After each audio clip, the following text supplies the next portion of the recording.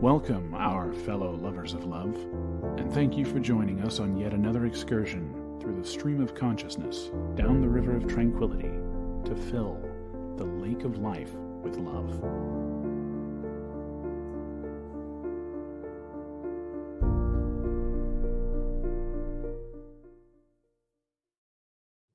good evening, everybody. Welcome to a late edition of Late Night's Love.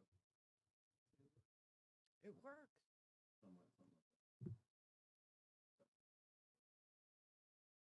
Somewhat.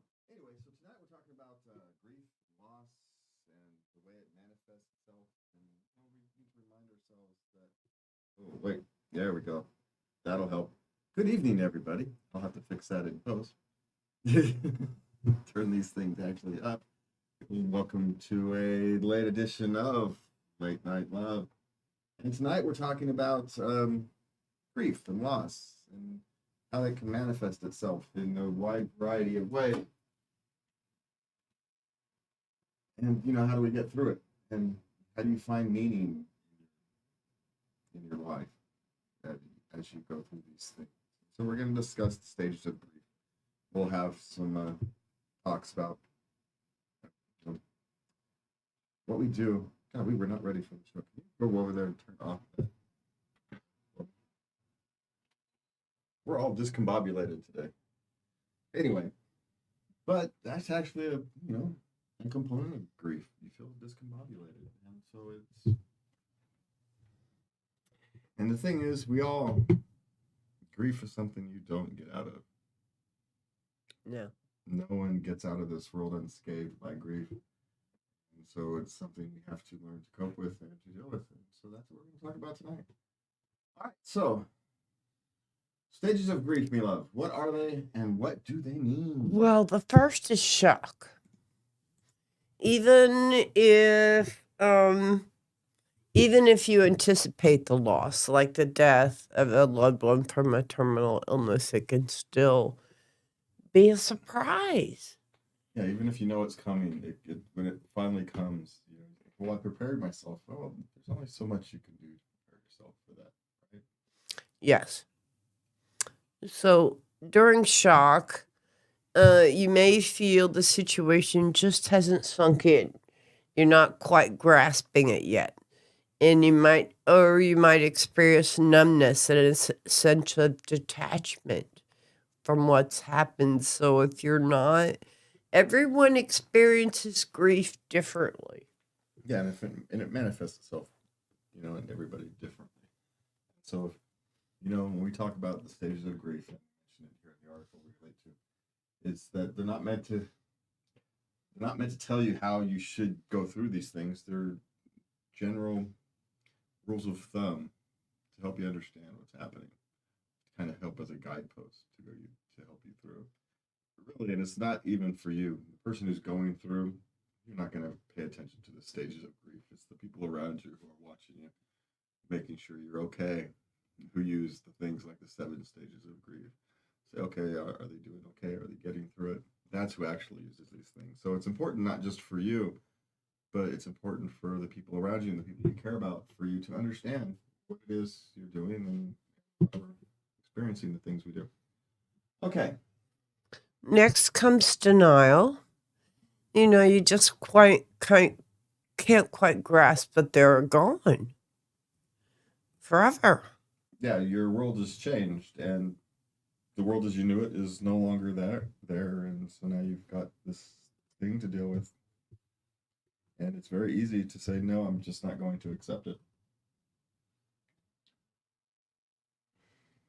It's a very human thing. Nile is not just a river in Egypt. Yes. It's a reason we have a word for it. It's because we needed to describe this thing that is a human nature. So, be careful with it. Don't stay in it too long. It's okay to get there. That's one of those places you don't want to spend any time at. It's a stage. You're going to, pass through as quickly as possible.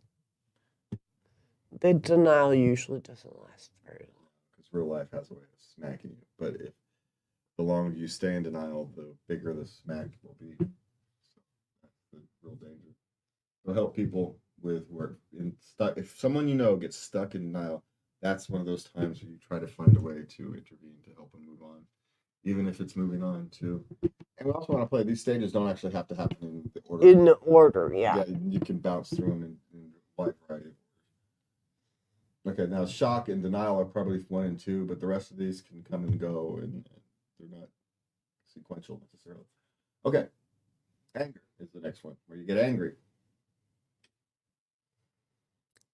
You may feel confused or embarrassed about these feelings.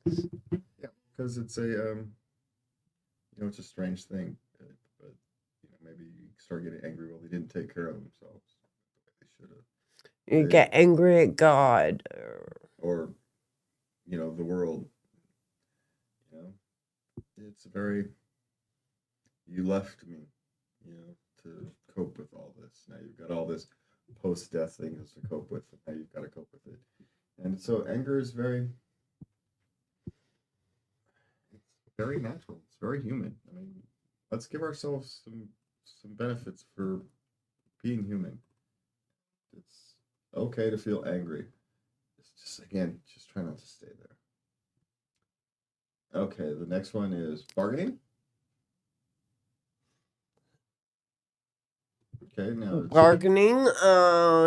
If you're having feelings of guilt, shame, or blame, your experience may fit into the bargaining stages of grief. During this stage, people often feel helpless and hopeless and ask themselves, what if questions. Yeah, and these are the times where you bargain with God. You help me through this a lot. That's what a lot of people do. They will bargain with God. Try to find some way through this, and it's just a way to cope with this massive emotions that you're trying to grasp. It's just a way for you to find some way to put things someplace in your brain. And I don't worry about people who are in the bargaining stage, because mostly they're bargaining with themselves, and so, for the most part, it may be sad if someone gets angry at God or something like that for a prolonged period of time and can lose their faith. And that can be sad, I suppose, but the bargaining stage, if you're going to hang around in a stage for a little while, the bargaining stage, it's in one bad one to hang around for a while, because you're really working on yourself, really working on those emotions. That's what's actually technically happening, is you're learning how to put things into places. And so it's just okay. It's just a way of you restructuring your life, right? We talked about how the world as you knew it was no longer exists. Well, you're now creating the new world, and that's part of the process of transferring. So, it's what it is. All right, next one is depression. And depression is a difficult one, especially if you're already prone to depression. If you're prone to depression, these kind of things can send you off the deep end. If you're not prone to depression, these can be something you've never experienced in your life. So it can hit you very hard. The reality of the loss and the deeper level of sadness starts to build. Yeah, and the only thing you really have to hang on to is that you will get through it. We are human. We have been doing this for a long time. And, if you just keep trying to move forward, then you'll be fine in the long run. It is so difficult. Depression is sadly the one where people get stuck the most. Right? Yes. Depression is the area where people kind of get stuck in the mud, and the manifestation of depression actually helps you get stuck in the mud. So it's like getting double stuck. It's just awful. So that's when you actually need to reach out and get professional help. That's when the professional help. If you notice someone who's stuck in depression, try to get them help. You can't force it, because but it is what it is. Try to do what you can. Okay. what is this, testing? You call this one? Yes, they call this testing stage. It involves trying out different things that help you move forward. Yeah. And you're starting to build your new normal. Yeah, testing and bargaining go hand to hand. I think the testing and the bargaining going hand to hand. You're testing out each other, and the things that move through the bargaining stage end up in the testing stage. Some will try something new, try new hobbies, maybe return back to some old hobbies that you had dropped off, picked up. Yes. You're trying to find yourself again, is essentially what testing is. And so which parts of you are real now? Which parts of you do you still have? Because a lot of this, you've been intertwined with somebody or something for so long. And, it doesn't have to be necessarily, we're talking like your loved one, a parent or a child or something like that. But, grief can happen with, the loss of a house after a fire, the loss of a job, these kind of things. It's not just, death that battles with grief can happen. So we want to make sure that we're clear that, these things, whether it's a death, which I think we're kind of referring to, and mostly in our conversation, but it really applies, the same concepts apply to the loss of a job, loss of a pet, especially a long time pet, you know. So these things are transferable. They're not just about death. Okay, so where are we at? Acceptance. Now, it doesn't mean you're okay with what happened. It means that the grieving process is more about accepting what your life looks like now. Yeah, acceptance is just that, okay, you've kind of come to terms with what has happened. You come to terms that the life as you knew it no longer exists, and you having to accept a new one, and you can start moving forward and building the new you. And I think that's what's important. Right? You're learning to figure out your new future, and that's the important part of it. Okay, so what's next? Coping with grief and loss. What I liked about this article was the different types of grief. Okay. There is anticipatory grief. Okay. Which one are we in? It develops. We're coping with grief and loss. Scroll down. Keep going. We need to start doing notes. Okay. Keep going. Oh, good Lord. Go. Sorry. No wonder I couldn't find what she was talking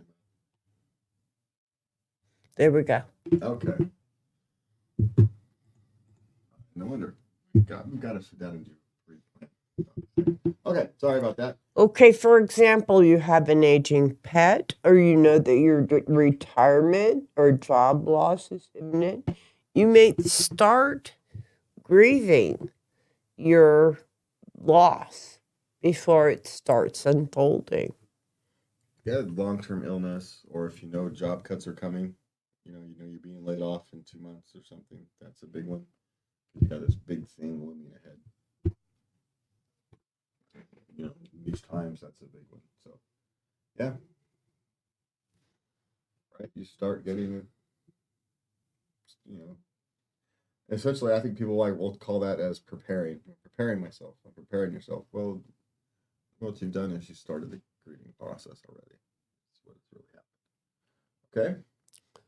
Okay. Now, during the stage, some people equate it with giving up hope, and they refuse to allow themselves to grieve before the loss has occurred. Yeah, again, and there's no right or wrong way through these things, right? You just have to get through life as best you can. And, try not to hang out in these dark areas for long. We're all human. We're going to go through them, but try not to hang on to them. Okay. Okay, next is disenfranchised grief. And this can occur when your loss is devalued, stigmatized, or cannot be openly mourned. Okay, some people may minimize the loss of a job, a pet, or a friendship. It's something that's not worth grieving over. Yeah. You deal with that. But, grief is its own thing with every individual person. Try not to judge others and try not to worry about the judgment of others, I suppose, is the takeaway on that one. Because you can't change their nature, so it's going to have to be you that does the work. So, can't change other people. No.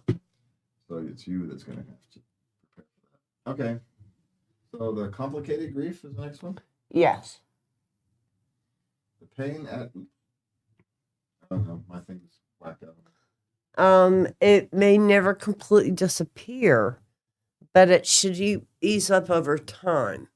And when it doesn't, it keeps you it keeps you from resuming your daily life and relationships.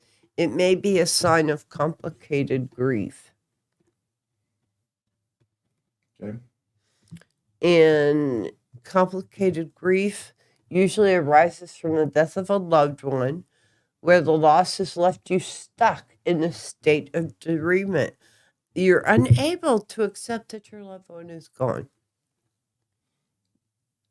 Yeah, we've talked about that, how it's difficult sometimes. You may even search for them in familiar places.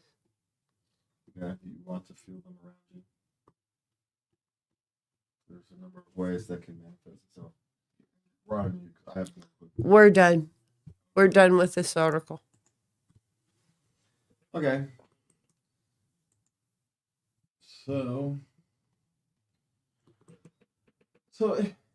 well, the important takeaway so far is that, grief is individual, right? We all experience it as human beings. We all go through it. Always. If you go through your extended friendships, your extended family, there's always somebody in grief, some part of the grieving process. And frankly, as you get older, you never get out of the grieving process before something else kicks in, right? You're never out of it completely. And that's just the way life is. But of course, the thing about being older is you've learned to kind of deal with it. That's the problem with being young. You just don't have the experience yet. When you go through the grieving process when you're young, it's like getting run over by a truck.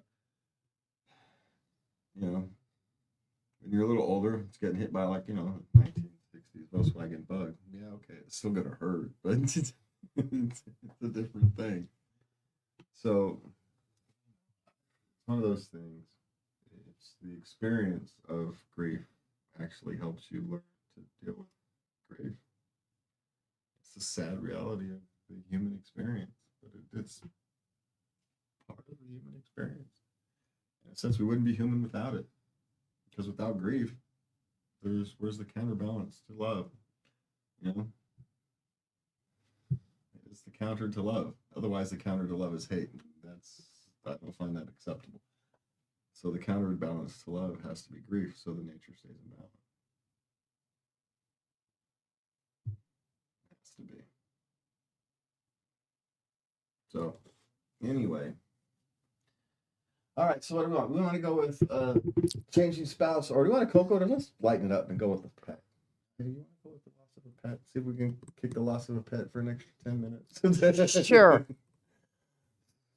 It's not that I'm downplaying the loss of a pet. It's just, we've been talking about the loss of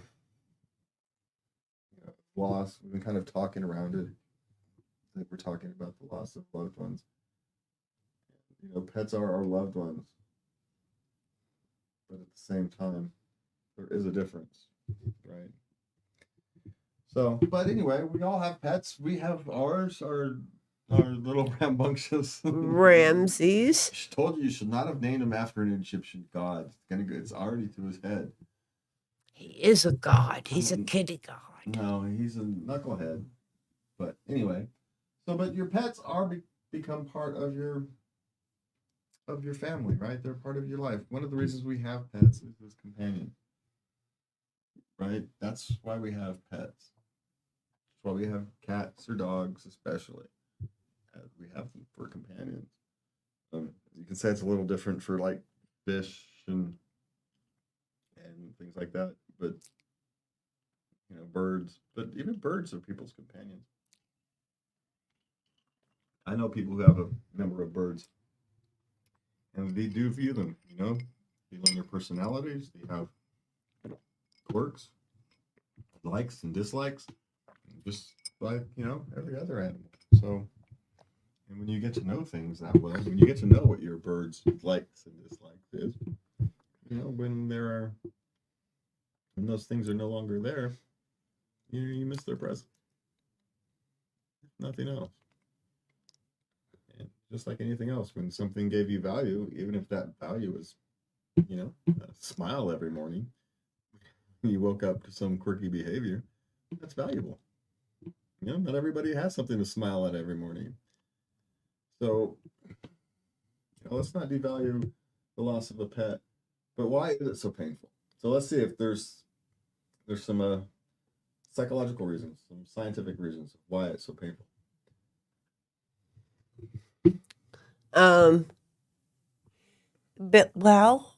For some, grieving a pet is more difficult. For some, grieving a human is more difficult. But a pet death, that doesn't mean that a pet death causes less grief than a human one. Well, they're a treasured member of your family. Well, because grief is different, and the grief from losing a loved one, parent, spouse, cousin, it's going to be different than the grief of losing your pet. But that doesn't devalue the grief; it just makes it different. It's a different type of grief. Value. Part of the problem is we use the term value. We use the term value, we think of something tangible. A value, a tradable value. 3 chickens is worth a cow, right? Whatever. You want to go back to farmers trading, right? But there's no value in love. The value is not tangible. It's not something you can touch. It's not something you can trade. It's something that is. It's something that's individual. And so you can't judge the different. It's not possible to judge somebody else's grief because you don't know what that pet meant. That may have been their only friend during a rough period of their lives. And so when that passes, of course they're going to be heartbroken. Right? Doesn't necessarily mean they value the pet more than they value a human being, but they value what that pet brought to them. Comfort, companionship. Excuse me. So there's so that's the difficulty with all this, right? Because we all want to judge our own grief, judge what other people should be grieving. And I get it. Sometimes some of these things can seem kind of goofy, the way some people grieve over a pet. For normal people, they can seem kind of goofy. But just think, they're grieving in the amount of joy or amount of benefit that pet gave them. So maybe we should be sad that that's all they had in their lives, rather than feel some compassion and empathy. So yeah, nobody talks. It's not one size fits all after death. There's no right or wrong way to do this. I mean, I suppose there's wrong ways to do it. They're just not healthy for you. But the first step is to realize your grief is valid. And you have to recognize that it looks different for everyone. Yeah, so you talk about the 5 phases again: denial, anger, bargaining, depression, and acceptance. And again, the depression is the one that everybody wants to worry about the most because that's the most dangerous stage. You don't want to get stuck in anger because then you just become an angry person. But depression is downright dangerous. In denial, you'll eventually move through it because you have no choice. you know? Yeah. Yeah. So it is what it is. And again, there's no, some say 5, some say 7 stages, and it's not really relevant. The point is that you're going to feel different, and your emotions and moods are going to change. How we deal with these are going to be, they're setting you up for how you move through the future. And take these things seriously. Don't discount them. One of the thing men in particular do is we don't deal with our grief. We never go through the 7 stages, the 5 stages, or whatever. You just go back to work. And that's not dealing with it. That's just covering it. And that's not healthy. So so there are right and wrong ways to get through grief. It's going to look different for everybody. And people like me can't sit here and tell you how to get through it. What we can tell you to do is to make sure you get through it. That's the important thing. Again, it's not the destination; it's the journey. That's it. So anyway, are we done with the grief and loss today? Yes. I wasn't in the mood, so I apologize if I wasn't in the mood for dealing with grief and loss today. It's just one of those things. Sometimes what comes up on the topic rotation is not what you want to talk about on that particular day. Well, my apologies, and we'll get through it. Hey, even though there is some news for us, I am now an award-winning Yes. TV producer. You couldn't tell it by this show, but I am an award-winning TV producer. All right, so what do we got next? Well, we have our dive into Reddit. So how's the Reddit the great Reddit apocalypse? I can never say that properly. It's back to normal now. Is it? Yep. Interesting. Okay. I haven't read it, so I don't know. Okay. Okay, we're going to start with relationships. Okay. Okay, my son, 9 months, walked in on my wife, 39. Right. What? How is a 9-month-old child walking in anywhere? I don't know. My guess is that's a 9-year-old child. I just want to point that out. The chances of it, it's not impossible. Children of 9 have been known to walk. I'm just doubting that this is because, okay. It's probably 9 years. 9 years, that's what I'm guessing. Okay. Walked in on me and my wife having sex. What's the best way to handle this topic? You don't unless you need to. Unless they ask questions. Yeah, and then you just answer the questions honestly as they can understand. If you want to keep it generic, you and mom were playing. They understand that. And leave it. Now, if you're a more advanced 9-year-old, you may have more questions to answer than others. But at 9, they're not going to have many questions. Just deflect it that you were just playing or something and move on. The bigger the deal you make it, the bigger deal it will be. So don't make it a big deal. Answer the questions kind of honestly and quickly and move on. Now, in 2 years, it's going to be a different answer. But so if you've got an 11-year-old, there's a different answer to that question than a 9-year-old.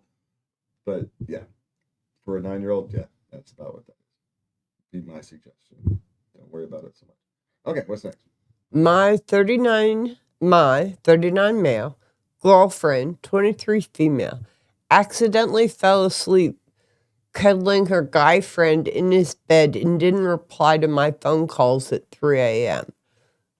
Till 3 a.m. What should I do? Well, it depends. Do you believe her or not? my guess is you don't. So if you don't, then it's a different decision. So just putting accidentally in quotes. It's a big signal that he didn't actually believe the story for some reason. For some reason, yeah. Yeah, and if there's probably other signals, so my guess is you know what to do. You don't need us to tell you. I mean, things like that do actually happen, but especially at 23-year-old, it's so weird. They always are, but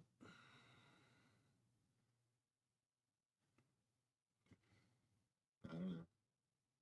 There's no good answer here because you don't want to assume she's not being honest, but at the same time, you don't want to be a schmuck. So, so it's a difficult one. It's a difficult one. You're just gonna have to kind of follow your instinct on this one. I think That's all I've got. Okay. You got something better? Well, I think I would have a talk with the guy friend. It's not his. That's not the problem. The problem is between them two. It's got nothing to do with him. It's not his responsibility. It's hers. It's not him that you don't trust. He was a participant. It's not his responsibility. She's in the relationship. Yeah, I know. He's not. Nobody else is in any obligation to protect your relationship but you. Yeah. That's what I'm saying. I mean, if you want to ask and see what actually happened and see if you get a different story, I suppose that's fine.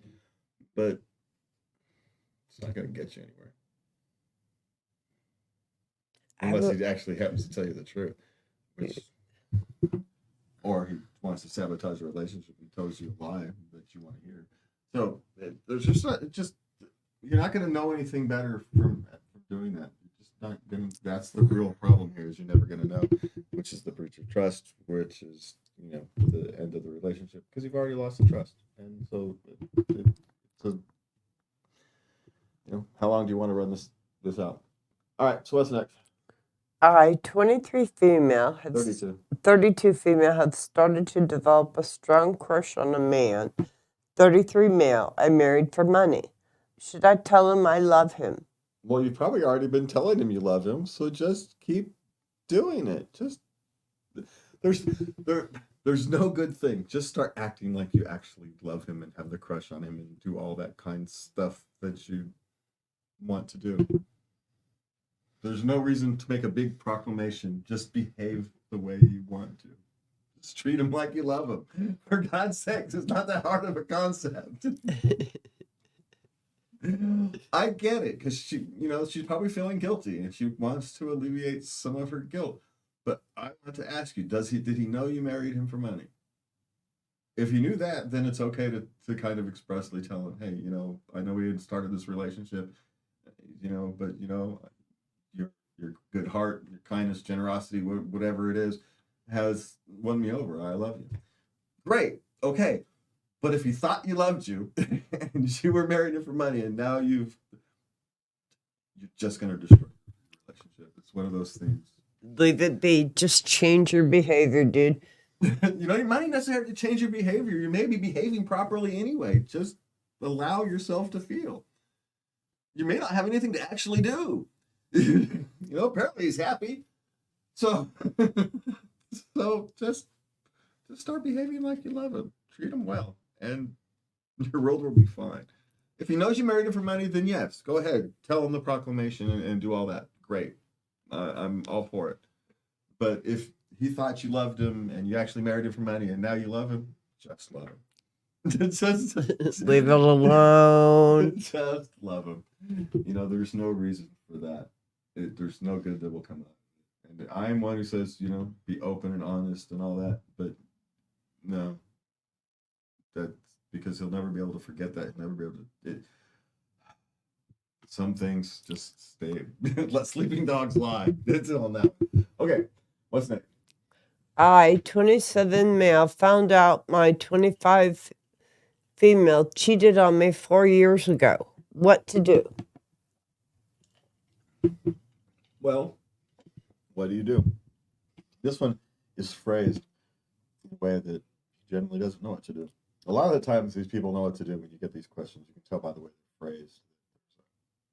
They know what they want. They just want someone to tell them. On this one, he has no idea. Well, it's been 4 years for her, but it just happened for you. That is true. And, do you trust the next 4 years? Because there's a vast difference between a person at 21 and a person at 25, right? There's a huge difference in maturity between 21 and 25, right? There just is. And so you're going to have to make a choice on whether she is matured, whether it was a stinking thing at a drunken party or something, right? At a kegger kind of thing, or whether it was an emotional betrayal. And because those are actually two different things. One you can probably get over, and one you can't. So again, it's one of those questions. You're gonna have to just sit with yourself. And this is when you can probably sit down and have a conversation. Just see how it goes. And make a judgment from there. Is there anything else on that? No. Sit down, have an adult conversation. And how that adult conversation goes will tell you where you're next. Whether you found someone who's a future spouse or next ex. That conversation is handled maturely, then you could probably piece together a future, right? If not, then you won't be able to. All right, what's next? Okay, we're gonna move into parenting. Okay. Almost 2-year-old saying the F word. fire truck, yeah. Yeah. The 4-letter F word. And it happens. Don't make a big deal out of it, and they'll stop. It's just what it is. I've got 4 boys. Trust me. It's well, they won't stop, but they'll stop for a while until they're older. Deliberately. They will? Well, then they'll use it properly. That 2-year-old, they're just using it because it's a word they know how to say. It's a very easy word to say. So that's why they say it. They don't know what it means. 2-year-old has no clue what he's actually saying. And then you get the reaction out of it. He finds it funny, and so he does it again. That's what 2-year-olds do. So the thing about a 2-year-old saying curse words is don't react to it. Stop saying it. That's the trick. Yeah. Now, getting your 12-year-old to stop saying it is a vastly different thing. Okay. Okay, is everyone's second kid actually the wildest thing ever? No. I was the wild one. My sister was second. She was calm. Now, there's no real thing. Now, my second child is my wild child.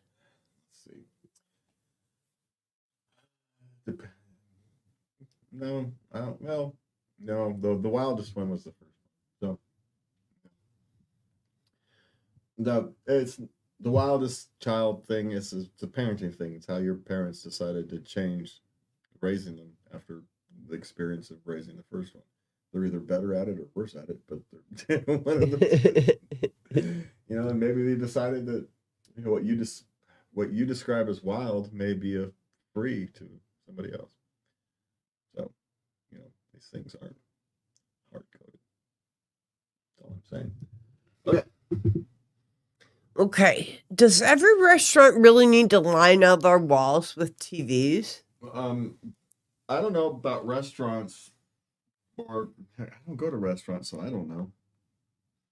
I've never seen a restaurant with a line of things. I've seen sports bars and things that have restaurants attached to them that have lines of walls on TV, lines of TVs on the wall. I've never seen a restaurant like you go to a restaurant and see you might have a TV over in the bar area or something. Yeah, but not in a restaurant. I've never seen it. But then again, I haven't been out to a real restaurant, in who knows how many years. So what do I know? You're asking the wrong person on that one. But my guess is it's just what you're thinking of as a sports bar. And that's why they have a row of TVs. Okay. Okay, how do parents afford to take their kids to Disneyland? Credit cards. Yeah. Yeah, that's how they afford to take their kid. They can't. Which is actually why Disney is in trouble at the moment, because their tickets are too expensive and they drove away all their routine customers.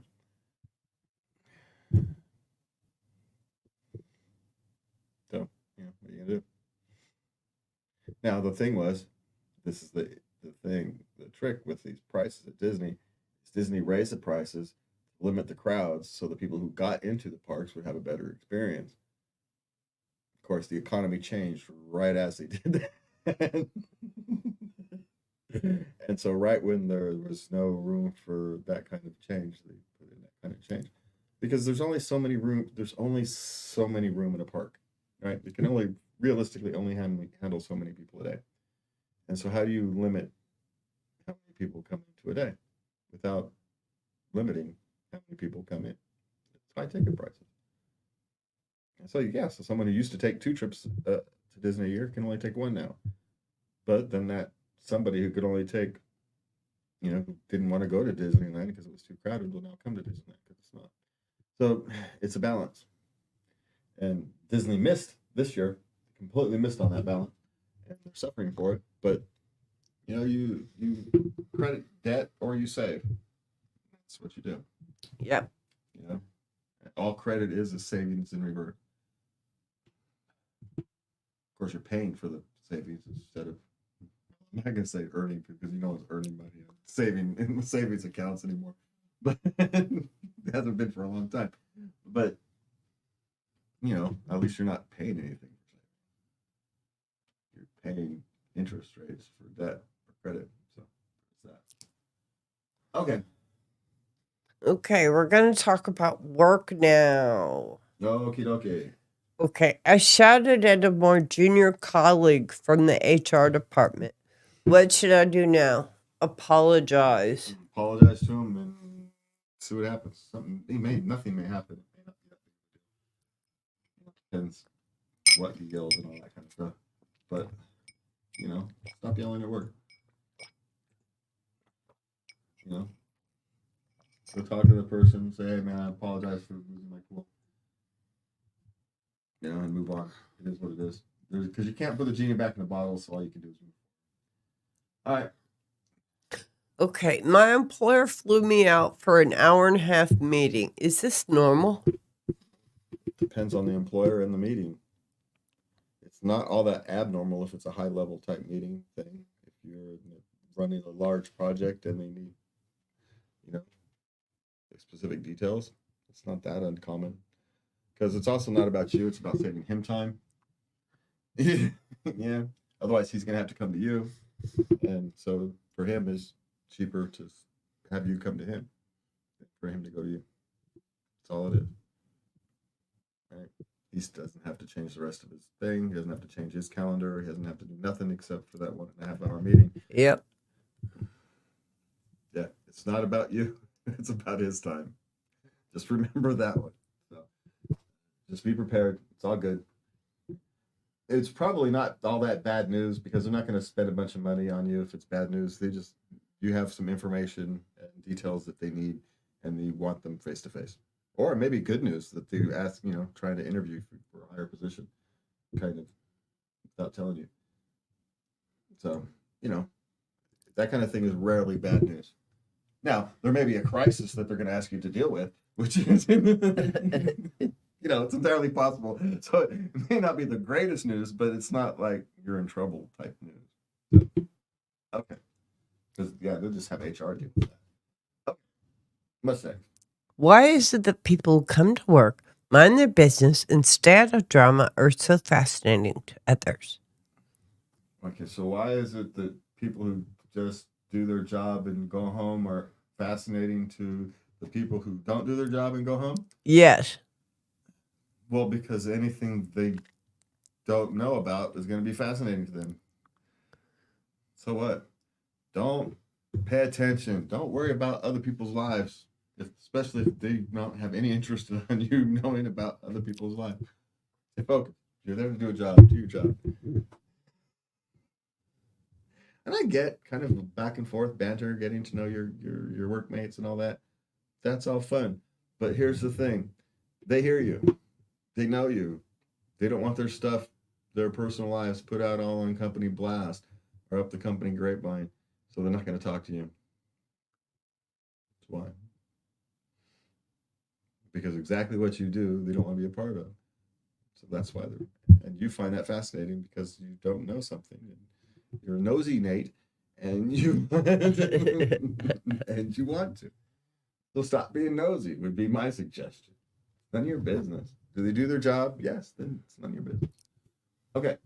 I have a decent job. It is meaningful work, yet I hate it. Why? Because it's not meaningful work to you. Or the work environment is crappy. My guess is it's generically meaningful work, but it's not meaningful to you. It may be meaningful to society, maybe meaningful to your town, maybe meaningful to your community. Doesn't make it meaningful to you. It's not what you want to be doing.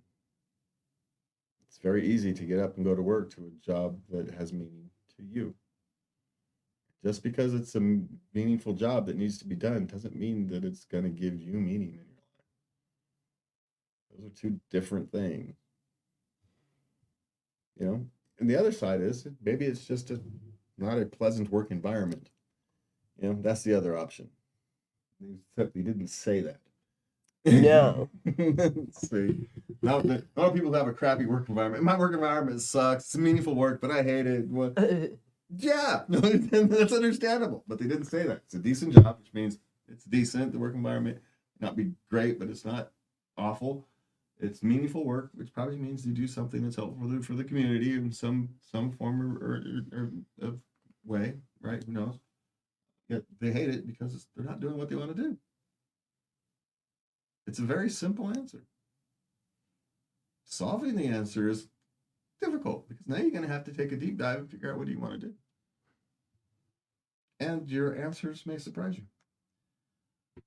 Okay, so what's next? Okay. We have 6 questions. Okay. You know, we try to keep our things clean. You do not make it easy. All right, so what is this? What's Okay. the first one? How to get guys to stop staring me down during oral. Put a blindfold on? Guessing? That's a good one. Put in a position where they can't? Is the second one? The third one is stop worrying about it. They're looking at you because they like you. But you guys remember men are visual creatures, so you know They want to watch. it's just what it's just what it is. Now I get that maybe it can kind of seem a little creepy, but yeah, put a blindfold on them. See how it goes. Turn the lights all the way off so they can't see. Yeah. Try a position where he can't see. You know, good old fashioned 69. Can't stare you down on that. There you go. So there are answers, but they're not necessarily good ones. So, all right, what's next? My girlfriend came out to me as bisexual and later got mad at me when I told her she could hook up with other girls. Yeah, this guy's confused. Well, it's because he's a moron. She wasn't asking him to give her permission to go out and play with other girls. She was just opening up to him about something that she had been keeping from him, some deep part of herself. She wasn't asking for freedom to go out and bang. She was just asking you to understand that she has an attraction to women, so she didn't have to, so she could be freely discussing this. You didn't understand what she was trying to tell you. Now, women have a way of trying to hint around these things and not being explicitly clear when they think we are, and men are dumber than you. You know, we're simpler than you all think, and we don't pick up on these things. So there's a little bit of miscommunication here. It would be my guess, but you're an idiot. She didn't ask you if it was okay. She that's what she wanted. She would have asked. She just was sharing part of her with yourself, and the fact that you went and took it somewhere else upset her, rightfully so, because it's not what she was trying to do. Go and apologize for being stupid. I'm a guy. I didn't get it. Sorry. I thought, guys, we're young guys, everything goes to sex, right? That's what happens. Guys are stupid that way. So just go and apologize for being young and dumb and not missing what she was actually trying to say. And now you can both live freely as who you are. Yeah. Yeah. Being bisexual doesn't necessarily mean you have to participate in the bisexuality. It just means that You're attracted. if things happen that way, things happen that way. It's fine. But that, just because you're attracted to a part person from the other sex doesn't mean you just want to go out and find everyone you got. Nothing changed other than her sharing. And anyway, you didn't get it. Frustrating. And I get it why she's frustrated. So, and she's likely not mad. She's likely just frustrated. So go apologize. You guys will be fine. Okay. What's the average amount of sex a married couple have? It's not relevant. It's not relevant. It's not a relevant question because sex is not the indicator of a healthy relationship. It's just not. It's not bad to have it. It's have sex as often as your bodies and desires can take. Right? Great. But maybe your bodies and desires can't take a lot of sex. It doesn't mean your relationship isn't fulfilling. Yes. And so don't compare yourself to the average couple. Compare yourselves to yourselves. Are you relatively happy with your life? Maybe not in one particular month, but over the course of the year, are you generically happy with your life? And the answer is yes. Then Then you're getting enough sex. yeah. If you want a little bit more, work at it a little harder.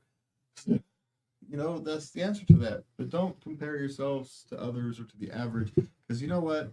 The average couple doesn't exist. So don't compare yourself to them. All right. Okay. Hubby always wants to orgasm on my face. Should I keep appeasing him? Do you want to? It's his thing. If you want to. I mean, I can get that it can get Always? old. I can get that it can get old. But it's definitely got a kink. Yeah. But if it bothers you that much, then no. I can get how it would get old. Every time, really. Really. Getting a rut kind of thing. Yeah, I get it. So maybe it's time for a thing called a discussion. And, it'll be uncomfortable. Yeah, it will. But, that's the thing. Relationships are full of uncomfortable discussions. But you get good at them. And that's the good thing about having uncomfortable discussions. The more you have, the better at them you are. So Takes practice. just like anything else. Just like anything. All right, I think that's it for us tonight. I want to thank you for joining us. Oh, I didn't put any banners. We didn't do anything last night. You can find us at latenightLove.us. You can send letters and have them read and answered on the air to love@latenightLove.us. And you can find us on Facebook, YouTube, Spotify, and all that stuff. I think I'm still behind from last week on getting it up there, but I'll get caught up sometime. Well, you work a lot of hours. I'm busy. It happens. All right. So for me and Lovey, good night. And please remember to love everybody. Good night.